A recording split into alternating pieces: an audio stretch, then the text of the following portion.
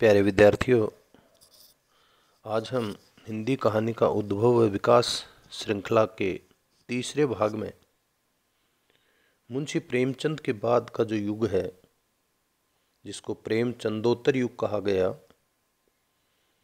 और उसका दूसरा नाम भी दिया गया आधुनिक काल, उससे आगे की बात करेंगे। यानी हम 1936 से आगे की बात करेंगे, जब मुंशी प्रेमचंद इस दुनिया में नहीं रहे। ये 1936 से आगे का जो समय है वो आज़ादी तक के काल का, यानी 1936 से 1947 के बीच का जो कालखंड है, इसको हम स्वतंत्रता पूर्व की कहानियाँ शीर्षक भी दे सकते हैं। यानी मुंशी प्रेमचंद के बाद और आज़ादी प्राप्ति से पूर्व ये जो कालखंड है, इसमें किस प्रकार की कहानियाँ थी, इस पर आज हम बात करेंगे। तो इस समय में कुल 3 प्रकार की कहानियाँ देखने को मिली। सबसे पहली वाली जो कहानियों का प्रकार है वो है मार्क्सवादी विचारधारा से प्रभावित कहानियाँ। दूसरी वे कहानियाँ जो मनोविश्लेषण विचारधारा पर आधारित हैं, और तीसरी पूर्व परंपरा से प्रभावित कहानी, यानी जो परंपरा मुंशी प्रेमचंद के समय में और उससे समय से पूर्व में जो चली आ रही थी वो कहानियाँ। तो 3 प्रकार की कहानियाँ सामने आई, मार्क्सवादी विचारधारा वाली, मनोविश्लेषण विचारधारा वाली और पूर्व परंपरा से प्रभावित कहानियाँ। सबसे पहले हम मार्क्सवादी विचारधारा वाली कहानियों का जिक्र करें। ये वो कहानियाँ थी जिनमें इस समाज को 2 भागों में बांटकर उसका जिक्र किया गया, एक शोषक वर्ग और दूसरा शोषित वर्ग। शोषित वर्ग किस तरह से परेशान है, किस तरह से कष्टमयी जीवन जी रहा है, इन सब का चित्रण इन कहानियों के माध्यम से किया गया। मार्क्सीय जो कहानियाँ थी उनकी जो प्रमुख विशेषता रही वो थी सामाजिक यथार्थ का चित्रण करना। समाज में जो कुछ वास्तव में उनको दिखाई दिया, जो सच्चाई थी, उसका उन्होंने हूबहू चित्रण किया है। दूसरी विशेषता के रूप में हम कह सकते हैं कि इन कहानियों में मानवतावाद का प्रतिपादन किया गया कि मानव मानव है, चाहे वो बड़ा है चाहे छोटा है, मनुष्य महत्वपूर्ण है। और तीसरी विशेषता हम ले सकते हैं रूढ़ियों का विरोध। वे परंपराएं जो चलती हुई आ रही थी और धीरे धीरे उनका महत्व खत्म हो गया, और उसके बाद भी उन परंपराओं का निर्वहन किया ही जा रहा है, तो वो रूढ़ियाँ हैं। रूढ़ियाँ किसी भी तरह से समाज को आगे नहीं ले जाती। तो इन कहानियों के माध्यम से उन रूढ़ियों का विरोध किया गया। 3 विशेषताएं खास करके। इस प्रकार की कहानियों के प्रवर्तक जो हैं, जिनके नेतृत्व में कहानियाँ लिखी गई, यशपाल की कहानियाँ आप पढ़िए तो आपको मैंने जो वर्णन किया उन विशेषताओं को आपको देखने को मिलेगा। उनके अनुसार रूढ़ियाँ समाज के लिए खतरनाक हैं। ये जो विचारधारा है, इन विचारधाराओं ने ही नारी व पुरुष में अंतर किया है। नारी को पुरुष की संपत्ति के रूप में समझा जाना उन्हें स्वीकार्य नहीं है, क्योंकि बात यहाँ पर वही मानवतावाद की आ रही है। पुरुष भी मानव है तो महिला भी, यानी स्त्री भी मानव है। पुरुष उसे संपत्ति के रूप में समझता है तो ये गलत है। ये बात उन्होंने अपनी कहानियों में उठाई है। आप उनकी कहानी पढ़िए, करवा का व्रत। तो करवा का व्रत जो कहानी है, लाजो कहानी है, उनमें ये मूल भावना सामने आएगी।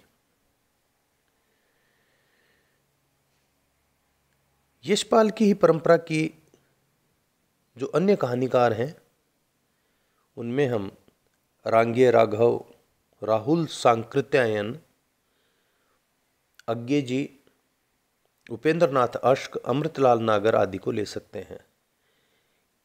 इन कहानियों की विशेषता ये है कि ये समस्या मूलक हैं, यानी कहानी का जो उद्देश्य होता है, इन्होंने एक ही उद्देश्य लिया, किसी भी सामाजिक समस्या को उठाया है इन कहानियों के माध्यम से। सामाजिक समस्याओं का चित्रण करना इन कहानीकारों की विशेषता रही।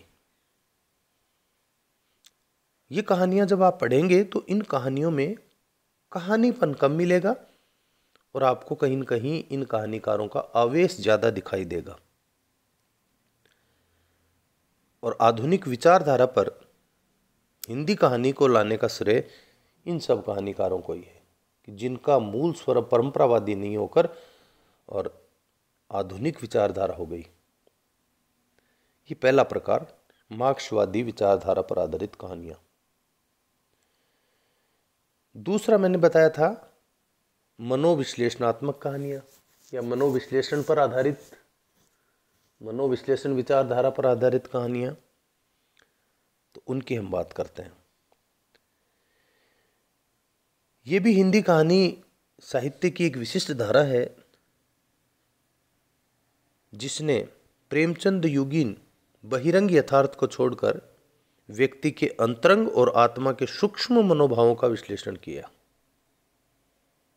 ये मानव के अंदर मनोमस्तिष्क में क्या चलता है, वो विश्लेषण इन कहानियों के माध्यम से सामने आया। और मूल आधार, क्योंकि मनोविश्लेषणात्मक वो ये कहानियां हैं, मन का विश्लेषण करने वाली कहानियां हैं, तो मन के विज्ञान पर आधारित होंगी, स्वाभाविक है।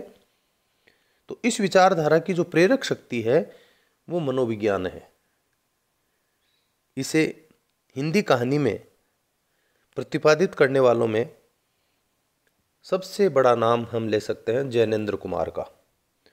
जैनेन्द्र कुमार ने जो भी पात्र रखे हैं अपनी कहानियों में, उनके मनोभावों को चित्रित किया है और बहुत ही मार्मिक ढंग से, मर्म तक छू जाने वाले अंदाज में उन्होंने ये चित्रण किया है। मनोविश्लेषण क्रिया के साथ साथ दार्शनिक विचारधारा, गांधीवाद व आस्तिक भावना के मिले रहने के कारण इनकी कहानियां बहुत बेजोड़ हो गई, यानी इन कहानियों को जवाब नहीं। पाठकों के स्तर को जैनेन्द्र ने अच्छी कहानियां लिखकर ऊंचा उठाया।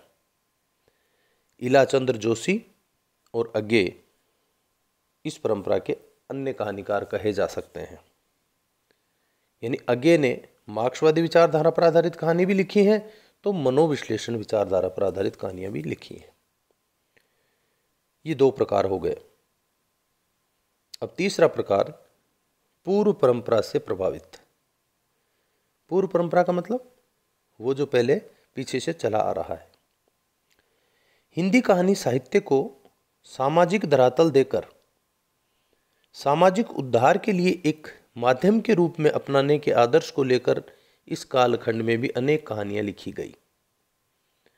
प्रमुख कहानीकारों में भगवती प्रसाद वाजपेयी, बेचन शर्मा उग्र, वृंदावन लाल वर्मा प्रमुख कहानीकार हैं। वृंदावन लाल वर्मा ने अनेक ऐतिहासिक कहानियां लिखकर एक विशिष्ट स्थान प्राप्त किया था। ऐतिहासिक कहानी लेखन परंपरा पहले से चली आ रही थी, तो उसी परंपरा को इन्होंने आगे बढ़ाया। ये जो 1936 से लेकर 1947 तक का जो कालखंड है, मात्र 11 साल का, ये वो कालखंड है जिसमें सर्वाधिक कहानियां लिखी गई तथा उस समय कहानी साहित्य, इस समय तक आते आते कहानी साहित्य लोकप्रिय हो गया था। यानी लोग उस समय इंतजार करते थे, कोई भी नई कहानी आती थी तो उसको बड़ी रुचि के साथ वो जानना चाहते थे, उसको पढ़ना चाहते थे। ये विधा यहाँ तक आते आते बहुत प्रसिद्ध हो गई थी। इस समय अन्य भाषा की कहानियों के अनुवाद भी भारी संख्या में होने लगे थे। इन कहानियों का कथानक बिखरा हुआ व टुकड़ों में मिलता है। कहानीकार समस्या का चित्रण कर समाधान ढूंढना पाठक पर छोड़ देते हैं। कहानियाँ इस अंदाज में लिखी गई कि जो समस्या है उस समस्या को सामने लाना और कहानी की समाप्ति तक, कहानी खत्म होते होते और एक प्रश्न पैदा कर देना या कई प्रश्न पैदा कर देना जो पाठक के मनोमस्तिष्क में, पाठक के हृदय में लगातार वो प्रश्न चलते रहते हैं कि ये समाज में वास्तव में ये बहुत बड़ी समस्या है, इसका समाधान कैसे संभव है। तो पाठक पर अब उस समाधान को उन्होंने छोड़ दिया अपनी कहानी के माध्यम से। कहीं कहीं कथानक न होकर पाठक को अपनी कल्पना के सहारे उसको ढूंढना पड़ता है और हम देखते हैं कि कहीं कहीं कहानी में कहानीपन बहुत कम और आवेश और उपदेश बहुत ज़्यादा दिखाई पड़ता है। तो इस प्रकार ये जो कालखंड है 1937 से 1936 से 1947 तक का, इसमें 3 प्रकार की कहानियाँ लिखी गई। इसके बाद में आगे जो अंतिम भाग रहेगा हिंदी कहानी के विकास का, उसमें हम 1947 से कहानी आगे बढ़कर 1956, जिसको स्वातंत्र्योत्तर कहानी कहा गया, और उसके बाद आगे चलकर उसका नया नाम पड़ा नई कहानी, ये हम अगले भाग में पढ़ेंगे। धन्यवाद।